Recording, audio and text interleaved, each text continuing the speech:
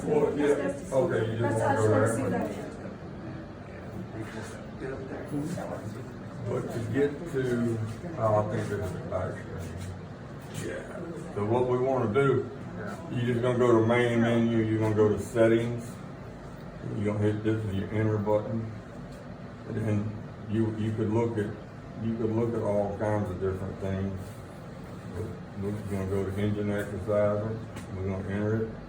You wanna go to program 1. And then it's enabled with, with load, but we didn't check that, so we're gonna do unload it. We're gonna do Wednesday at 10 a.m. for duration 15 minutes. And then this is your back button. Then you come back to here, normal okay. Transfer switch on normal. Now if you wanted to do a test, I don't want to do a test transfer. But by looking at this right here, this first one, this first green light tells you have utility available, okay? The second green light here tells you you are using utility. All right, in the event the generator was running, the red light comes on. In the event you go to generator, this red light's gonna come on and this one's gonna go off because you're on generator. Now, if you have a storm and you lose utility, you're not gonna have any green lights. You're gonna be all red. So just remember, these right here is what's available. These two right here is what's actually being used. And that's on all the ATSs are that way.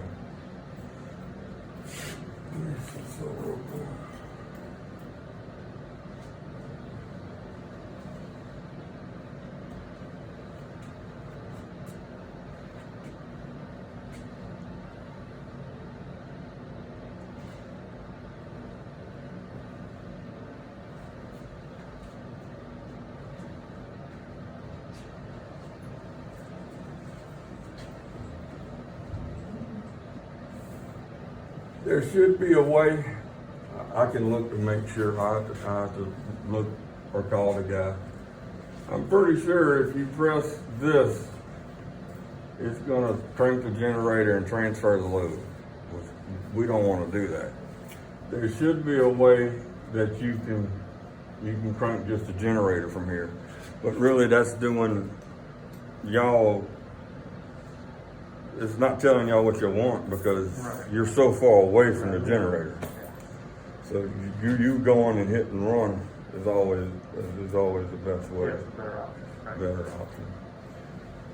All right. But I mean, and the same thing again is if you have an issue, with it, you're gonna wanna come look at these lights Right.